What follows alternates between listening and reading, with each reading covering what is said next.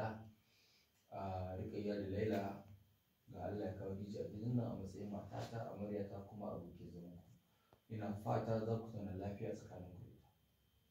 A matsayin na kawai gidan dai ba abin da zan ce sai dai mu ce maka insha Allah ba za ka samu matsala da game da ni ba sai dai ta wani bangaren.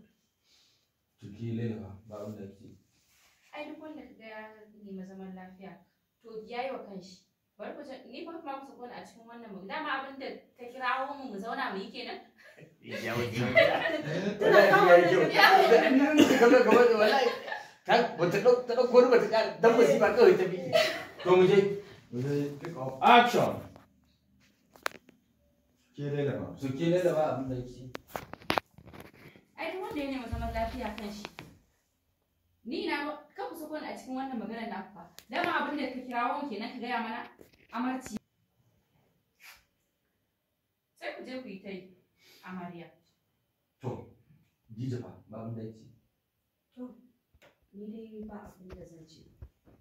Amma insha Allah zan zauna lafiya da sauran 'yan uwana. To alhamdulillah.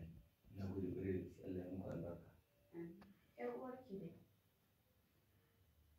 Muje? To, ni dai abin da zan ce yanzu amarya to Allah ubangiji sa a ci amarci lafiya ne don an cika ga nan da safa a gurin tawa. Na ga mayun kaji. Yake kaci. Ku ci akuya ma. To, ina fata Allah ya muku